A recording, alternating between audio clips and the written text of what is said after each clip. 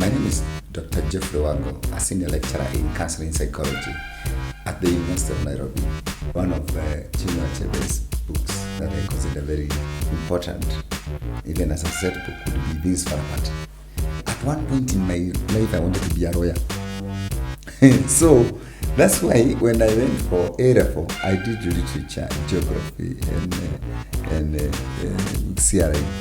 People used to think that speaking English, for instance, is intelligence. Speaking English is not intelligence. English is just a language like any other. What is personality?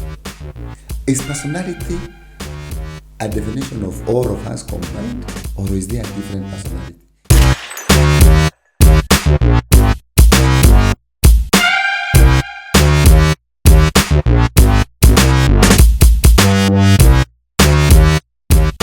Welcome to another episode of Conversations in Literature. My name is Eric Rogara, I'm your host, and I'm here today with Dr. Geoffrey Wango, OGW, APA, ISDS, KNAS. Dr. Geoffrey Wango is a senior lecturer in Counselling Psychology, Department of Psychology at the University of Nairobi. He conducts research in counseling psychology, applied psychology, educational psychology, and educational policy development. He specializes in counseling psychology in the developing world.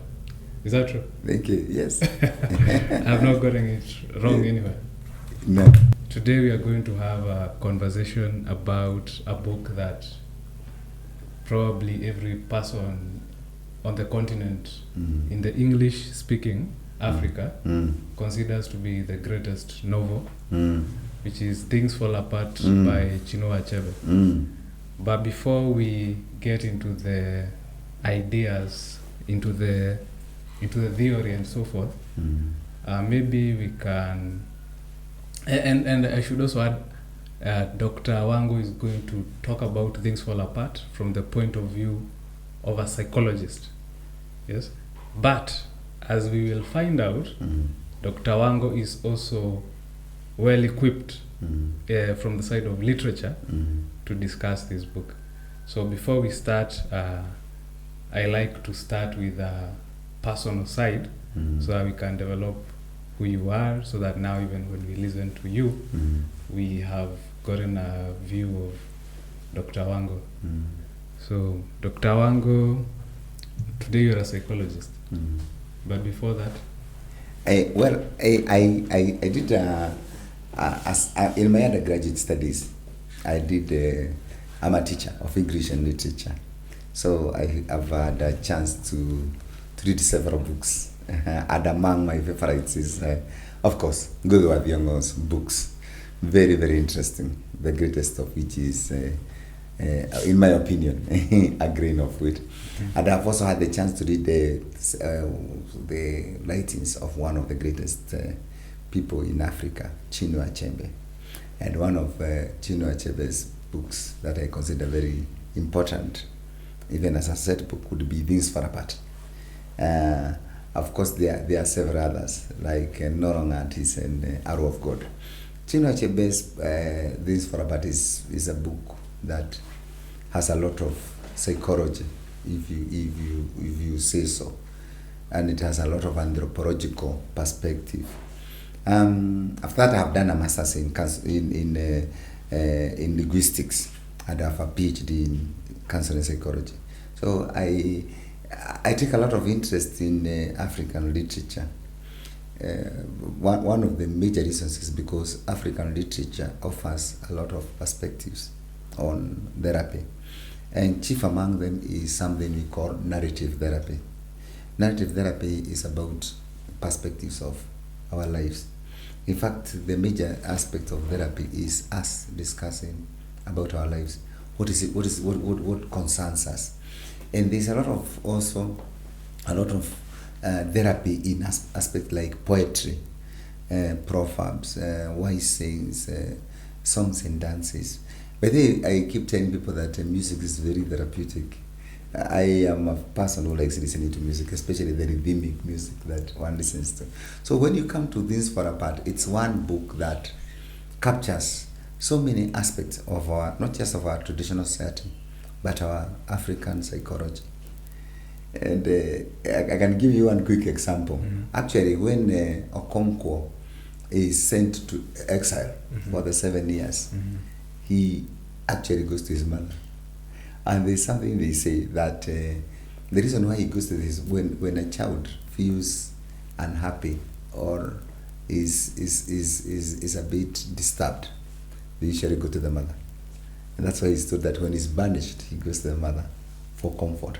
And even when he appears depressed, incidentally, back to psychology, that's why his friend Obirika tells him, you cannot be depressed when you're going to see your mother. It's a perspective that captures the love and care and concern of a mother vis-a-vis the difficult life circumstances and challenges that we may sometimes face. Another way is, Okonkwo is one person who is contrasted with Obirika, because Obirika has the more coping, if you like, in psychology, coping skills.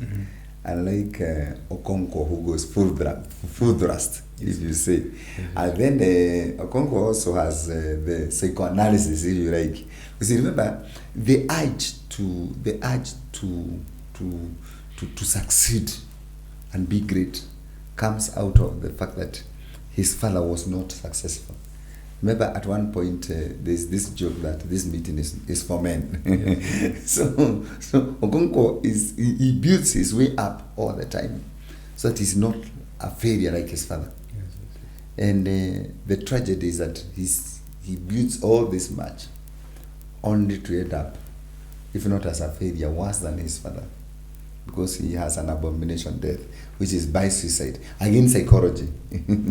So it's actually a tragedy about our lives, that in today's words, we would say, what is happiness? What is contentment? And how far can you go in your search for meaning and purpose in life? But of course, in between, there's too many things going on. From a psychological aspect, this is about the more traditional way of living, as contrasted to the new, the incoming, if you like, religion. And there are certain aspects that also challenge our psychology. Let me give you an example. When the white man comes, these people believe that there is an Ifo forest. Do you know why psychologically they allocate them the Ifo forest to build their church? Because they believe that since it's an Ifo forest, they will be destroyed. But unfortunately, or fortunately, whichever one you'd like to look at it, they are not destroyed in the Ifo forest. Which again plays with the psychology of the people, that they must be protected by more powerful charms, and hence they are able to overcome the evil spirit. I mean, at every point you see the psycho. Whenever I read this book, I keep asking myself, had Chinua Achebe done a lot of psychology? Because he keeps moving along with it. And that's why, like now, when you come now to the issue of when Okonkwo, when Obirika tells Okonkwo, the gods is careful. First of all, Obirika, like Okonkwo, insists that a man cannot wrestle with a god. That's, a man cannot fight with the gods, which is acceptable to everyone. But notice he says, if the gods say that my son is to be killed, I'll neither dispute it nor be the one to do it. You see, in psychological terms, you accept there could be powers far beyond you, which in coping terms, if you use Obirika, you can neither challenge nor can you say that you will not cope with. It's very psychological. So you're not and in this life, with due respect, one of the major aspects we've been dealing with like now in psychology is death. And now there are so many aspects of death, studies of death, thanatology. And we tell people that some people have mislead others. They tell them that life and death are two sides of a coin, which I don't usually agree with. Life and death coexist. Where there is life, there is death. But you see, Obierika would put it another way. He will neither dispute, not be the one to do it. So when it comes to life and death, in psychological terms, you would say, you will not question death when it happens, but neither will you allow it to overwhelm you. It's a very interesting way of looking at it. That's why you like the psychology of it. Yes. You neither challenge it, neither will you allow it to overwhelm you, because death does occur. It happens to our friends, our relatives, our neighbors, our colleagues at work, and sometimes our parents, with due respect, and our children. But then we will not die because somebody has died, God forbid. But we will not challenge it. But neither will we allow it to overwhelm us. So the Obierika balancing is very interesting. Because he says, I will neither dispute the gods, nor be the one to do it. So he's saying, he's trying to look for a state, if you like, you would call it a steadfast start point, where you are at a point of advantage, but again you are coping.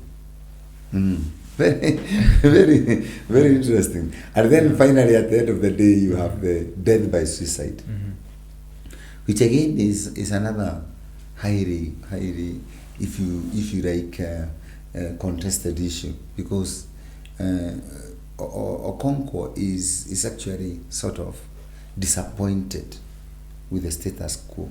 He's depressed that what he has stood for a long time has not been respected.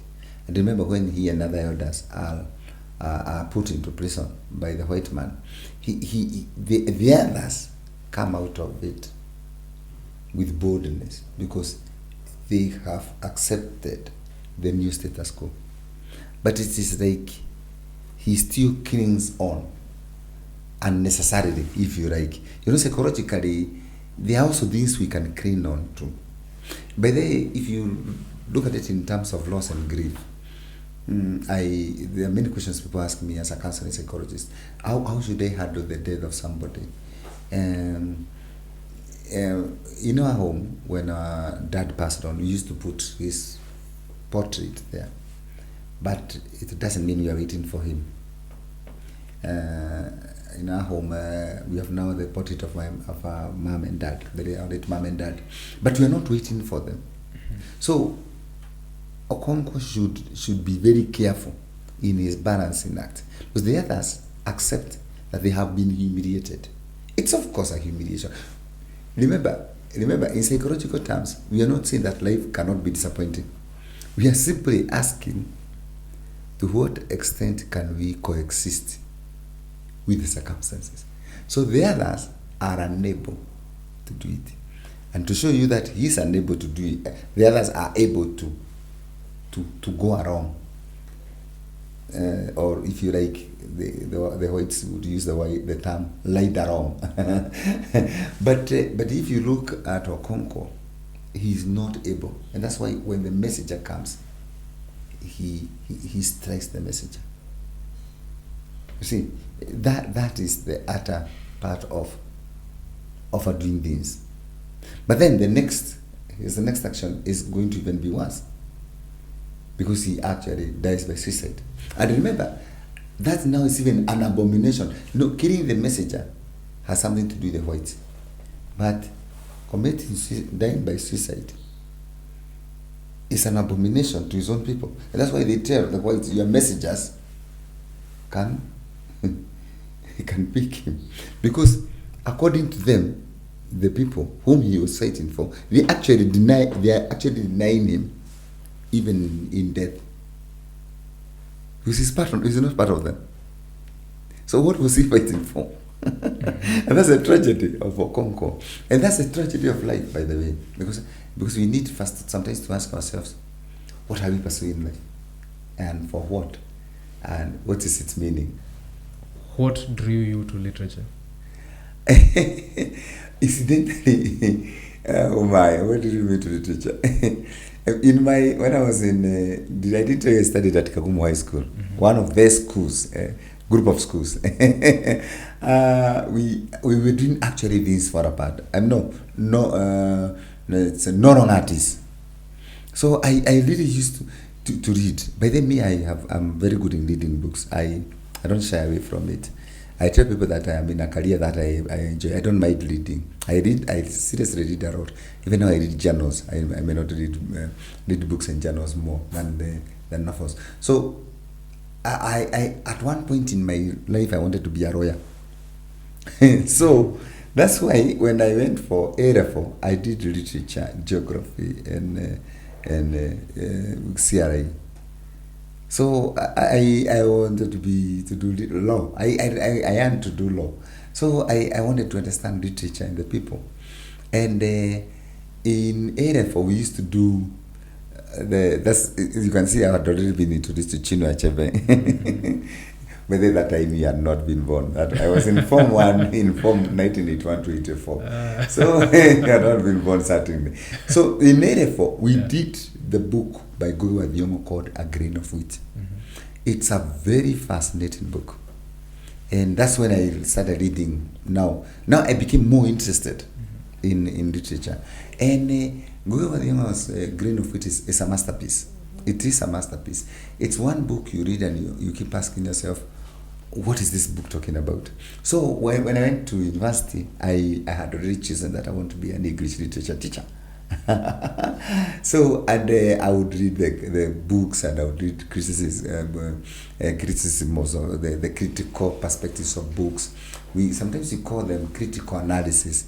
Sometimes we call them analysis because they offer you a perspective of an opening of the book. And then after that, I was a teacher for 5 years, and I would teach. So I started getting more mesmerized by the stories in these books. Because you see, the literature is about people. It's the interpretation that many people are not able to do. And that's why sometimes we lose it. Like if you ask very many people, why do you teach? Why do they even do literature? Why do they read books? They have no idea. Yet books is a perspective that is supposed to allow you to self-reflect and notice several perspectives in your life. So, of course, at the university, definitely we did more books than that. So I had a chance to read all. I've read, actually, to be sincere, I've read all of Goge's books and Chinua Achebe's books and many others. The only reason why I like mentioning the two is that their books are quite very well fast with the aspects of our society and in context. And they reflect the everyday things we go through as we are struggling with our lives in psychological terms. Psychological terms is part issues like self-denial, frustration, disappointment, depression. These things affect us. And life does not always run as smooth as we would expect. I was talking to a group of people the other day, and I was telling them about things for non artists. You remember the young Obi, Yes. who has come from England and he's getting a salary. And how many of these do you have in Africa with a salary that we are trying to balance? But in our context, we only look at things far apart. At non artists, and you're only looking at Obi as non artists. But are we artists ourselves? How are we struggling, even in our love relationships? But let's go back to this far apart. Look at Okonkwo and how, at the end of the day, he keeps seeking glory. Today we are seeking glory. We want big cars, big jobs, big careers. But he really want to be successful. We actually don't want to be as unsuccessful as our neighbor. And in psychology, two things are important here. At one point in our lives, we compete against others. But at the end of the day in life, you compete against yourself. So after doing literature, studying literature, yes, you go into linguistics. I was given a scholarship In fact, I had applied for 2 courses at Kenyatta University. I applied for a master's in psychology and a master's in linguistics. And I got the scholarship in linguistics, and I didn't get a scholarship for psychology. So I went and pursued linguistics, and I learned so many things. But as people don't know, a good system helps people a lot. There's a lot of aspects of language that we don't teach people, and that assist in analysis. Like this one thing that very few people get to know in their lives. There is something we call discourse. And how language is discourse. Like even the conversation we are having with you, and what it means in the everyday application. The only thing we think about language is syntax and semantics and words and pronunciations. But language is much more than that. Language has the spoken and the unspoken. Somebody, I think it's Steven Pinker. Yes. Somebody. Yeah. He says that language is thought. Yes. Actually, your language is connected to your mind. Yeah, it is. Your language is connected to your mind, and your mind, and it's connected to your thought processes. So so yes. Linguistics. Yes, fits into psychology. Linguistics actually fits into psychology. If you study the way we produce, actually, when you study language, the first thing you study is, if you study linguistics, the first thing they teach you is how do you produce words. And it's very interesting that right now you are looking at now that we are looking at each other. What happens? It's actually your brain that tells you what you reproduce from your mouth. Yes. But in many ways, we think that language comes from the mouth. Yes. No, the mouth doesn't produce. The production of mouth sound is very simple. You will construct the words in the brain, and then when you push air, the mouth readjusts with the tongue to produce the sound that you want.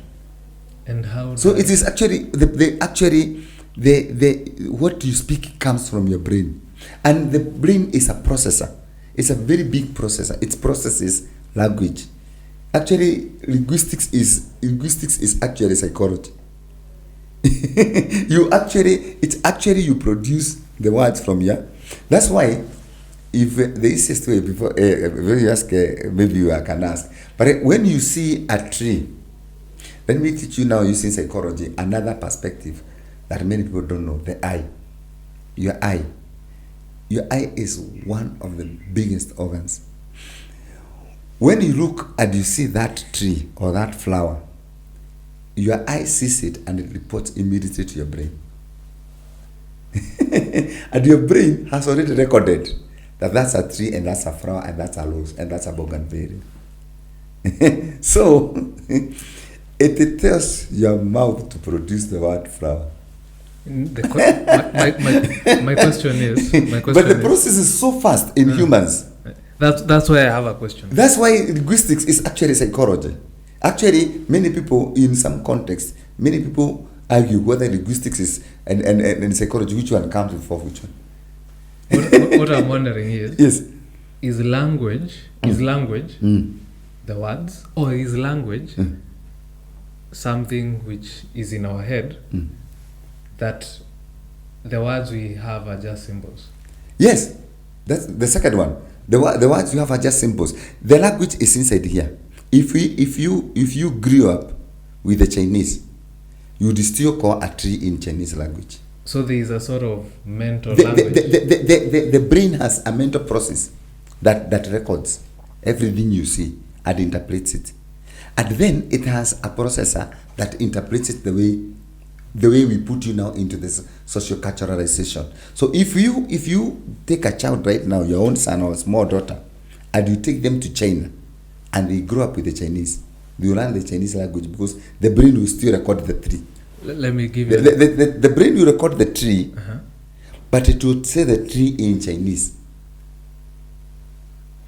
I have another thought experiment. Yes. You take 2 infants. Yes. Fetuses. Yes. Or infants, or whatever. Yes.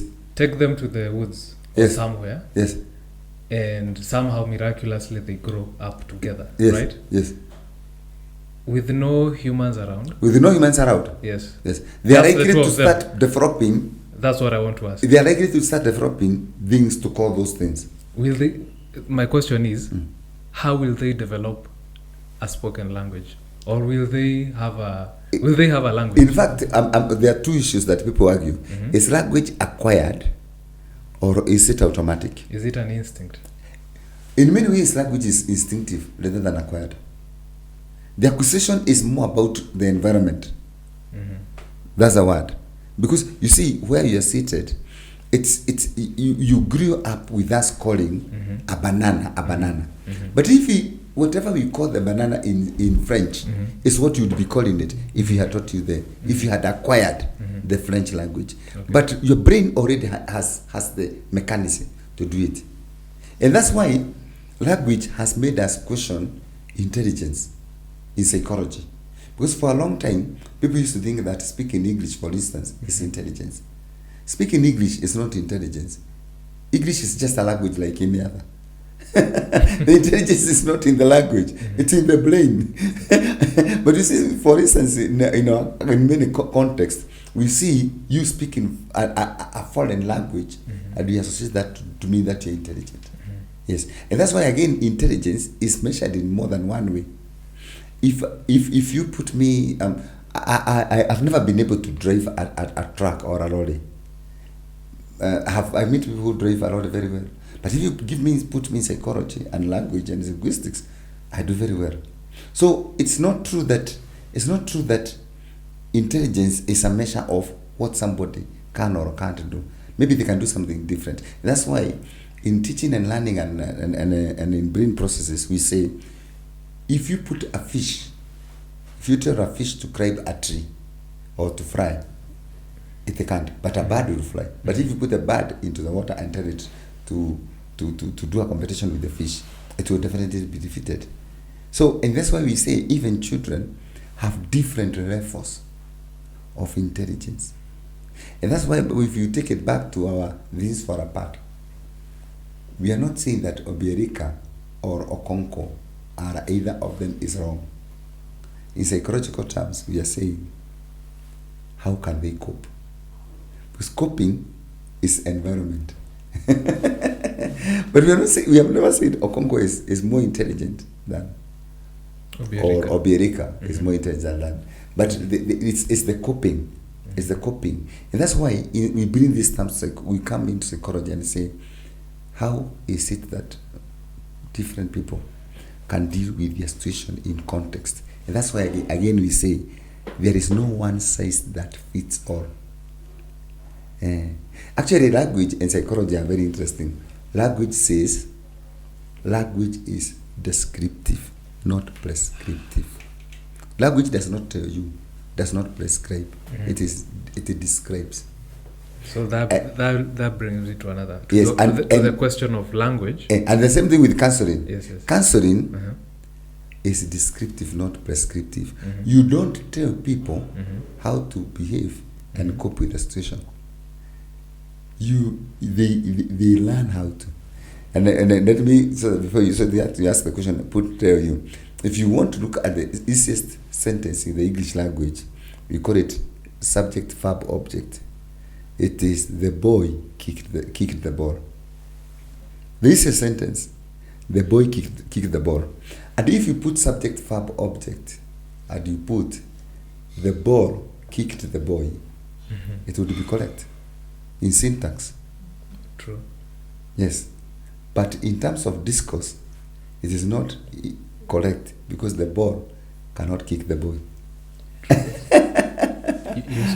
You said language is descriptive, yes, not prescriptive. Yes, language does not, it describes. Which made me think of now literature, because yes, literature is yes, language. Yes. Is language. It's in about practice. Yes. So now that you're linking psychology and linguistics, now we can link psychology and literature. Yes. Now to the question of what role does, there are people who say, who may say, what's the point of literature, of novels, poetry? It describes. Yes, that's why it's not prescriptive. What is the point? It describes. You see, you read things far apart. I read things far apart. We will both see the different characters. We will see the events. We will interpret it differently in our context. But there is a catch. That's why we bring the themes and we bring the characters. So that as we are describing them, both of us can benefit from the immense knowledge in it. But it's not, we are not none of us is prescribing how Okonkwo should have behaved. But both of us can describe how he behaved. And we can describe what we have learned from it. So now we come to Okonkwo. Yes. What was his problem? He's too, you see, you start with the psychoanalysis. He's too preoccupied with the subject of failure, to the extent that he overdoes it. There are people who today they talk about toxic masculinity. Yes, great. That's, you see, you can pick it.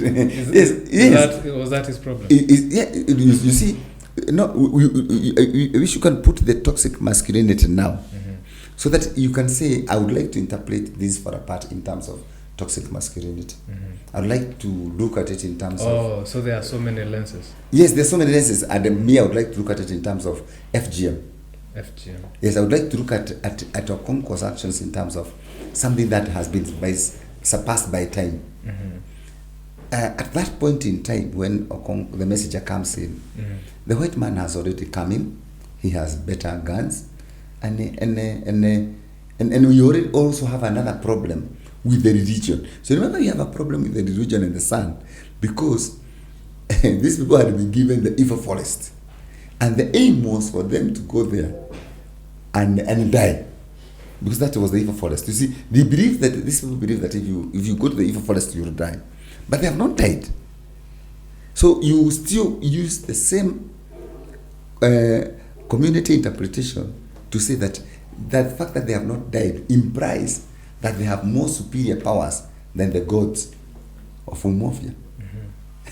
Do you see? So and that's why someone like the people and the Noe and others are like, we may have had our own powers, but it's like these people are more powerful than us. So you have psychologically, they are persuaded into the new context. Let me put it another way for you. If you in more anthropological terms, when you study our African context, there were several things we never used to do right. In many ways we look at the white man or the white people or whatever as, or the Western world in terms of they came and they overcame us. But very few of us want to look at it in terms of, are there certain things that were not going on right? Like the tribal crashes that we used to fight. Like the FGM, like abandoning twins, killing people with disabilities. Did we have a problem? Because we only want to look at it in terms of the white man, with due respect to him and our tradition. Nostalgically, and bringing up. But do you also want to ask ourselves, where were you not doing right? And that's why, put it in psychology. I like the way you say descriptive. Let's look at a relationship, and anybody in a relationship and leading this fall apart. Let's pick a partner. Do you like male or female? He or she has the first relationship and it fails. Second relationship and it fails. That relationship and it fails. Fourth relationship and it fails. Let's agree with you, because we are looking at the female. It's true she got the first man who had a problem. The second man had a problem. The third man had a problem. Okay, the first one was a drunkard. The second one was narcissistic. The third one. Okay, we let's me and you be fair to this lady. All these four men are bad. We agree? Now, don't you think she also has a problem picking people? No, we agree they are bad. Even in Okonkwo's case, we agree okay, he didn't understand his father. The father was a failure. Ikemefuna had to be killed. We are agreeing. We are agreeing. He has been put in jail. The messenger was, we are agreeing. We agree. We do it with the fall men. The lady has been trying to pick up.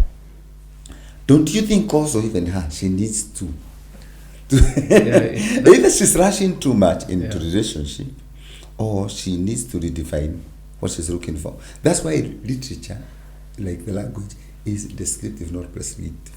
We are not actually saying they are bad. We are simply saying what is the problem with them. Pick a man, you get the first girlfriend, okay, you have a problem with her, the second one, the third one. We agree all of them are bad women. No argument. But don't you think the gentleman also has a problem with the relationships? Maybe he's doing it too fast. Mm-hmm.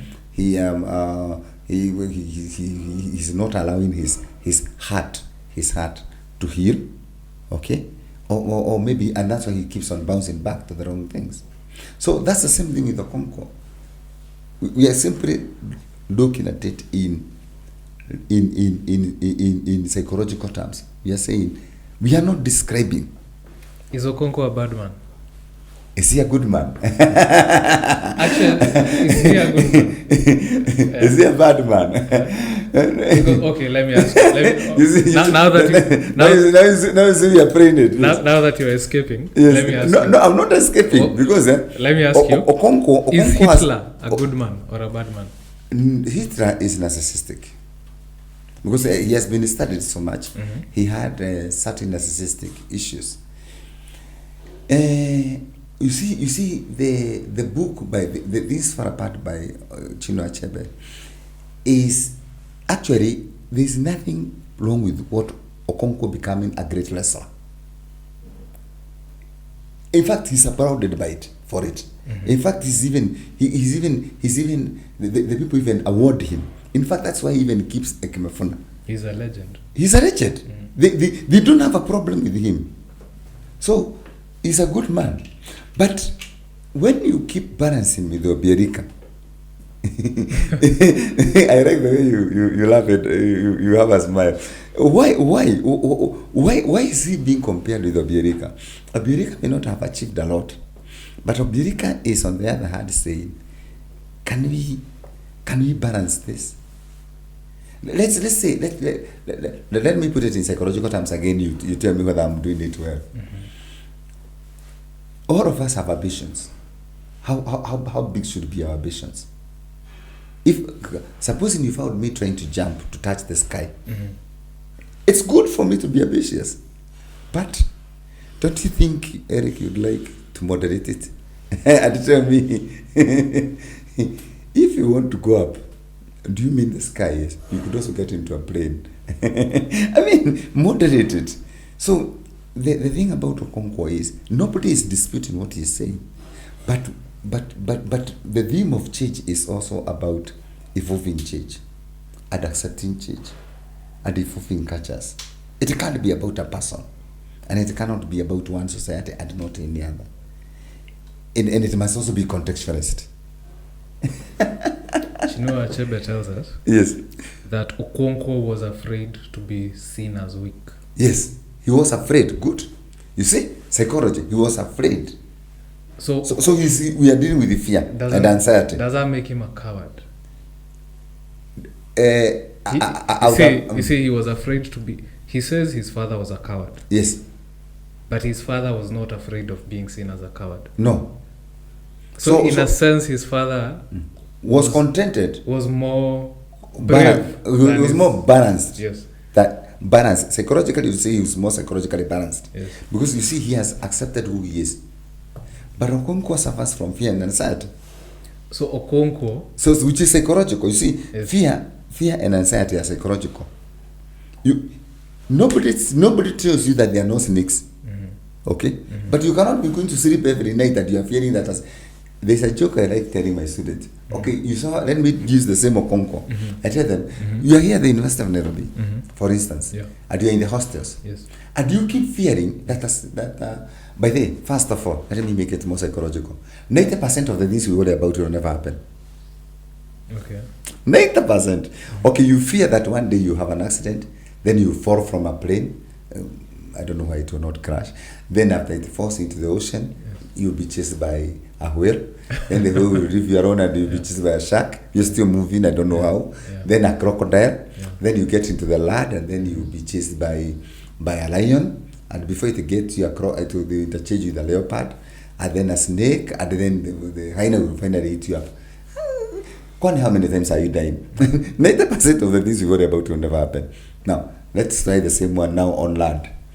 You fear lions. Nobody says that Nairobi National Park doesn't have lions. We agree.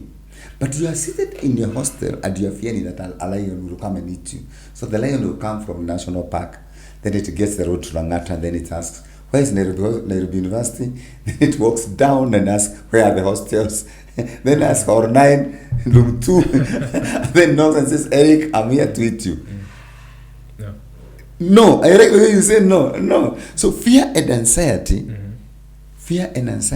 need to be controlled.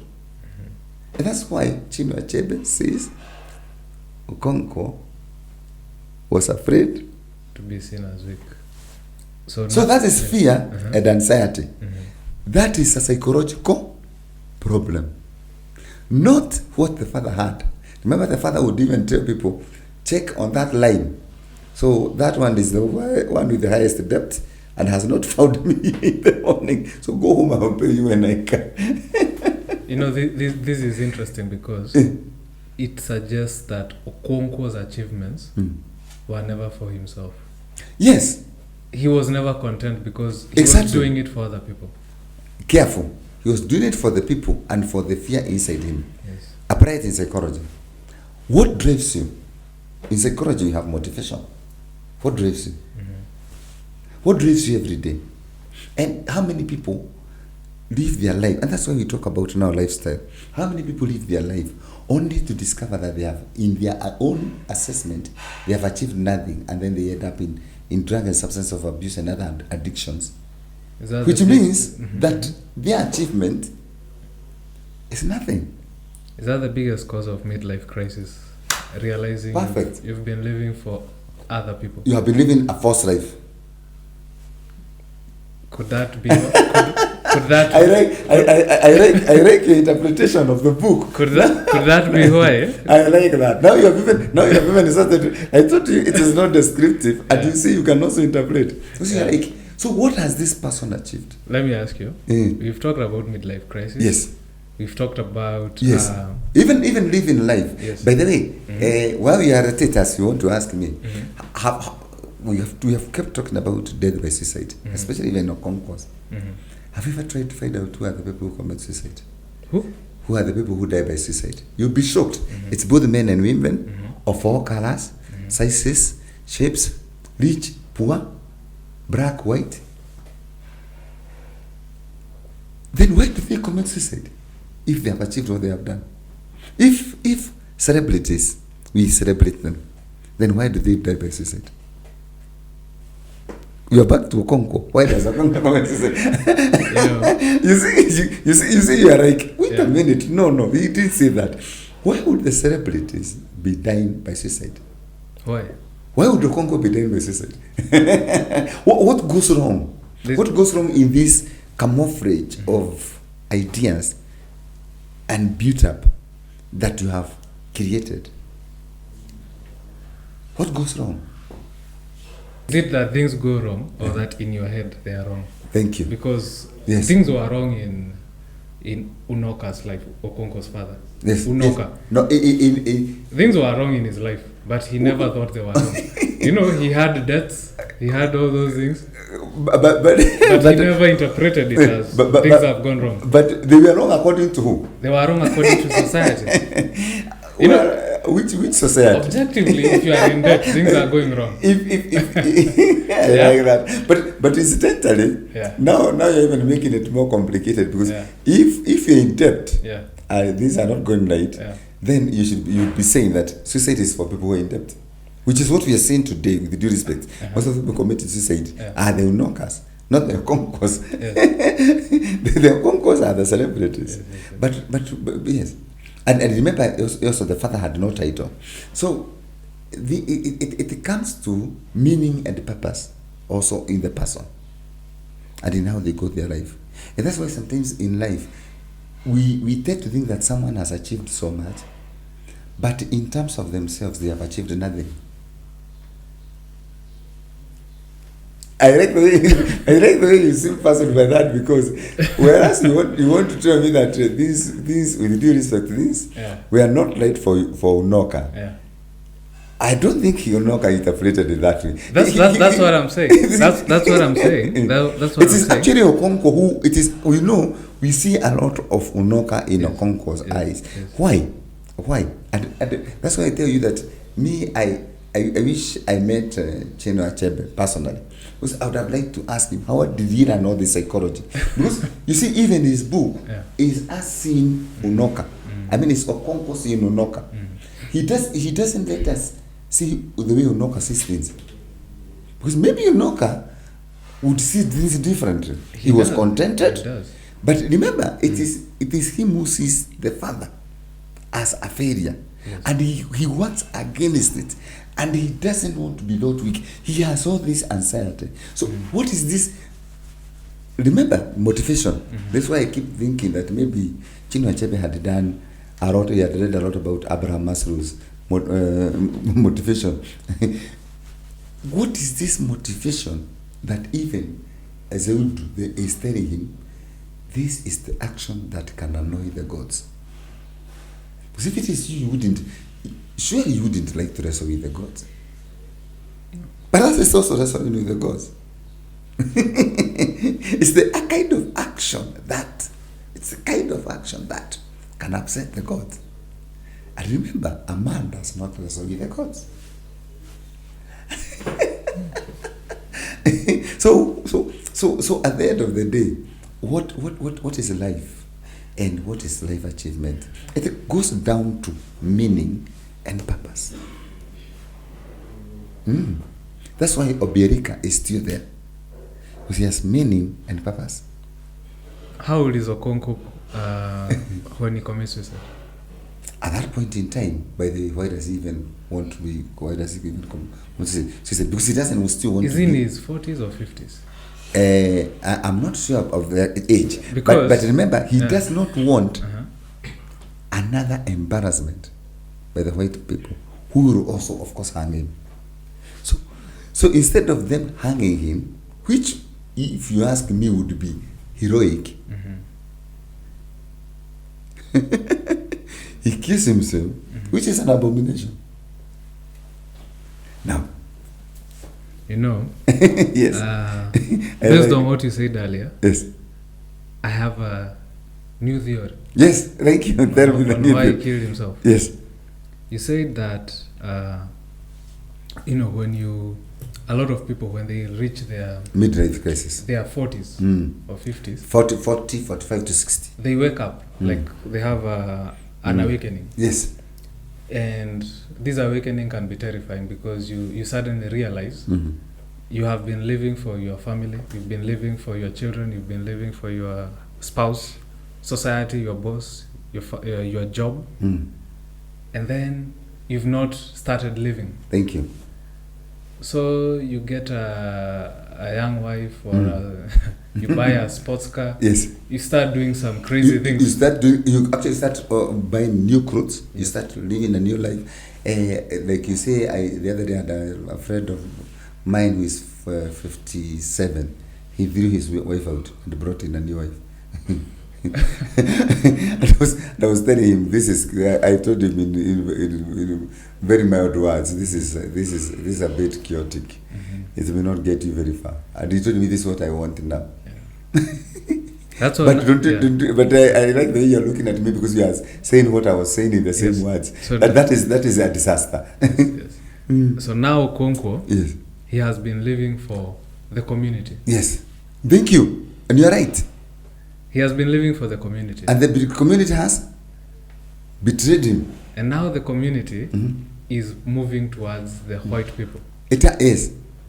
And now that leads to a crisis for him.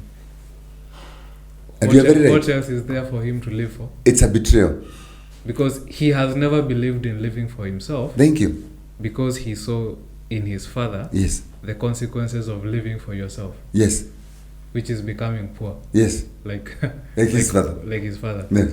So he does not know how to live for himself, to have pleasure. So so because of this betrayal, Yes. he want to deal with the betrayal. Yes. He has reached the edge of the cliff, which is the betrayal, and he has not turning back. So he dies by suicide, which is now the opposite of what you would have expected, because he's now even poorer than poor, because it is an abomination. And so this is the very white people he hates are the ones who are going to bury him. Exactly, because the very betrayal he was avoiding is now worse, because now this is suicide. It's an abomination to the clan, and therefore he's not even one of them.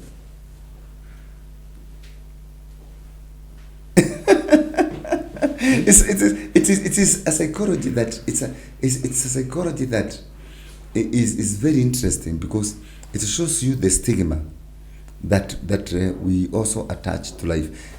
Before we had, there is something we now are discussing a lot in life and in psychology called existentialism. And existentialism is a theory that really is looking at all this aspect of why are we alive? What is the meaning of life?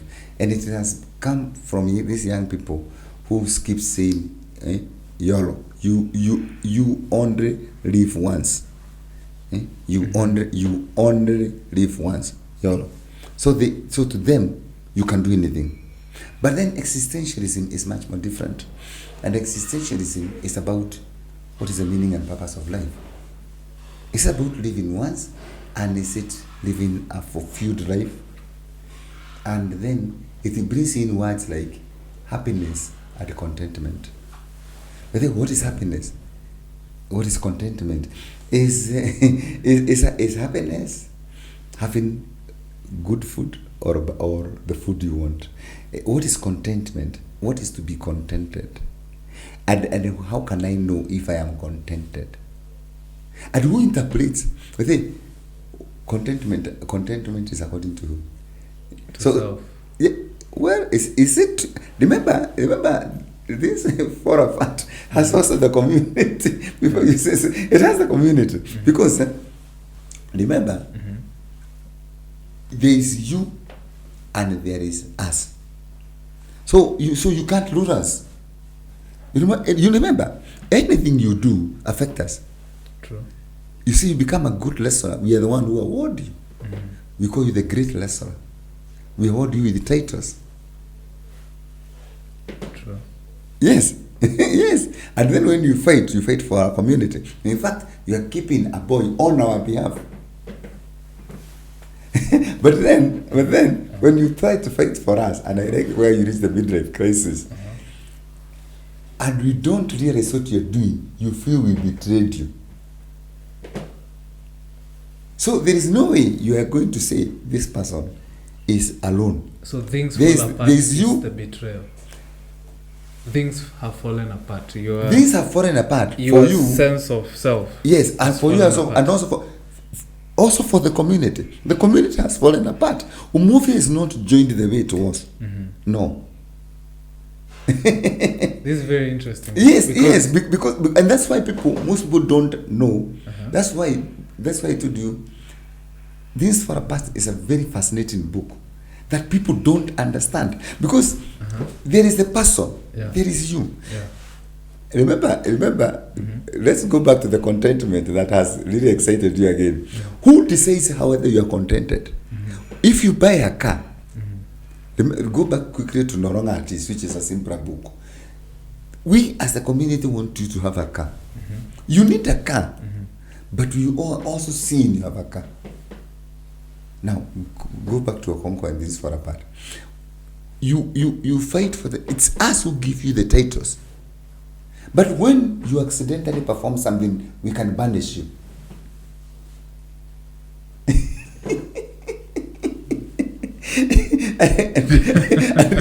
You see, you can't keep saying you are alone. No, there's you and there is us. But then, now you decide that you are going to fight for all of us. And then when the elders are sent, you kill the messenger on our behalf. Careful. Who gave you the permission? Thank you. Because we allow the others to go. Yeah. Meaning, we are not behind you. And I take that as a betrayal. Yes. And then you realize now you are alone. And I like that. Can you see? I like that one. Can you see? Alone. Yes. Because he had been banished before. Yes. Which is being alone again. Yes. Yes. There's that concept also of the... Yes, it's what they call the Ogbanje. Yes. The outskirts. Yes, the outskirts. Also alone. Alone, yes. And that's why now, when we let the other messengers go away, he knows they are not going to fight. So he knows he's alone. So he decides to commit suicide. In which case, he is again alone. That's why we need messengers. Yeah. We need you to assist us to remove him. Because we can't remove him. Because he's not one of us. You can't keep separating you in this society. This way. Now let me make it again difficult for you with the contentment. Yeah. So what is contentment? You see, if we define contentment as you being educated, as you having a wife, as you having children, as you having a car and a big house. When we define these parameters, how can you in psychological terms, in these for apart times terms, how can you define contentment? Are you given a chance? Can this fall apart? Look at the economic times we are in right now. Everybody is struggling. Everybody is looking for a good job. Everybody is struggling with loans. When you are the person is unable to pay their loans and feels overwhelmed and commit suicide, don't you see the Okonkwo here? This person was struggling to get loans, to live happily and have all these things so that we can look at him with success. But now the person has realized that it is my burden. And the person has decided to relieve themselves of the burden and has, for instance, died by suicide. And again we are saying, you have betrayed us. In your success. In your success. No, I had never. I like you can see. So this for a part is with the person and with the society. So when the society is where it is now, and we are all struggling, and there are the diseases and there's the wars and everything, it affects all of us. But then again, the society is betraying me. You know, my question is, you see, things fall apart from what you've said. I've realized one of the messages is that the individual and the society are linked. Yes, so they are. When the they are together, and they are together, but they are also separate. There is the concept of outcasts. Yes. So these are people who are outcast from society. Yes, out of us. Yes. There's another concept of being banished. Yes. Which Okonkwo was done for 7 years. Yes, he has already suffered it anyway. Yes. Yes. There's also with a lot of bitterness until he gets depressed.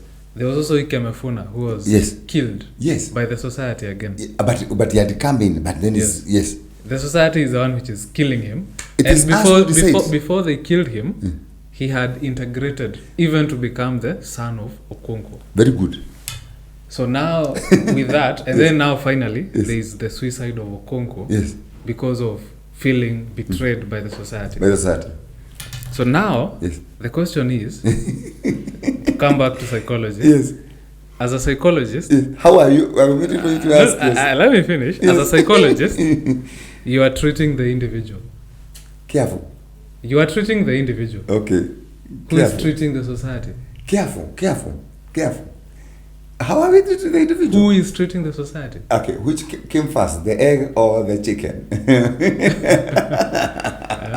The individual is part of the society. The society is part of the individual. In all this, in fact, in psychology, is a topic we teach called personality. It's one of the most difficult topics to learn. What is personality? Is personality a definition of all of us combined, or is there a different personality? Can you have your personality? Can we have all of our personalities? And then when it comes, is that different personalities or is it one? Which is the individual and which is the group? And that's why even in psychology, we study individual, we study group, and we even study mob psychology. We still even study crowds. The reason because when you say an individual, careful, this individual comes from where? The society. Thank you. So the individual and the society are interlinked. But you know, traditionally, yes. You see, there's no. Traditionally, yes. the society had its psychologists. It had the medicine men were not just looking after the individuals. I think they were also not the medicine men, the elders. The elders, yes. The elders were taking care of the society with the taboos, yes. the yes. curses, yes. and that whole system. Are they still there? Are they? They are there. Today, yes. our society yes. is sick. It is sick because. But who is taking care of the society? Who is healing the society? Even as you see, that's why when you talk about parents, when you talk about children, when you talk about individuals, when you talk about suicide awareness, we are talking about society. See, we are talking about suicide awareness. You are agreeing with me completely that Okonkwo has already died by suicide. Then why are we talking about suicide awareness? He has already died by suicide. You are not in dispute of that. But then why do you have 10th of September? Why do you have September month? Why do you have September month as suicide awareness month? Why do you have pain awareness month? Because we are not talking just about the Okonkwo who died by suicide. We are talking about the Okonkwos that are in this community and others. You have not left the society. Because every time you think of the person, you must think of the society. This one telling you that Things Fall Apart is a great psychological book. Okonkwo is reaching a point where he looks at self and he forgets there is self and there is us. At the end now, I was waiting for you also to apply this in a global community. Now we are more global. Anything you do in Kenya, even as an instance here, it is registered all over the world. You know, okay. I think I have a solution. Yes, okay. To make it all come together. We talked about language. Yes. Yes. And we talked about language. To whom does language belong? Yes. And language actually provides meaning, right? Yes. Meaning. To whom does language belong and to whom does it provide meaning? The community. Yes. So if language is something which provides meaning, yes, and speaks to the community, yes, then I guess we can say that people who wield language, yes, have that responsibility, which is the artists. Yes. Like Chinua Achebe with his book. Yes. Good. The musicians. Are the symbols, the musicians, the politicians, the novels, church, the churches, the movies. Yes, because none of them owns language. None of them owns the community. We are all part of the community, and that is why Things Fall Apart is asking, when did this start falling apart? Did it just start with Okonkwo, or where did it begin? We have gone to the beginning again. Yes.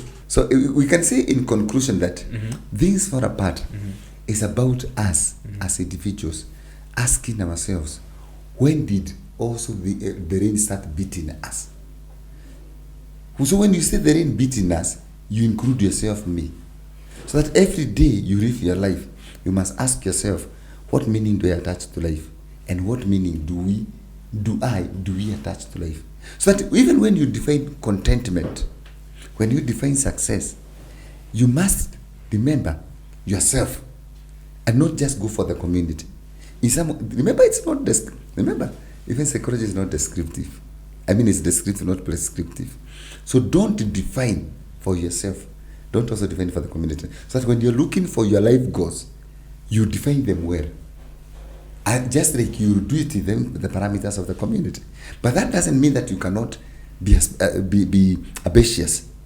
But then again, if you're planning to go to the moon, you're definitely not going to put a radar here and try to walk. Most probably, you would use... you get into one of these things, orbits that go into space. And certainly you will not plan to walk. Yes. I think that's a good place to conclude. Yes. Yeah. Thank you. Thank you so much for Yeah.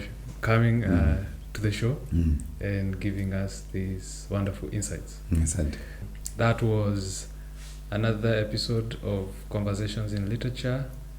I was here today with Dr. Wango, and we'll be here again with another episode. This is Conversations in Literature, sponsored by Nairobi Academy.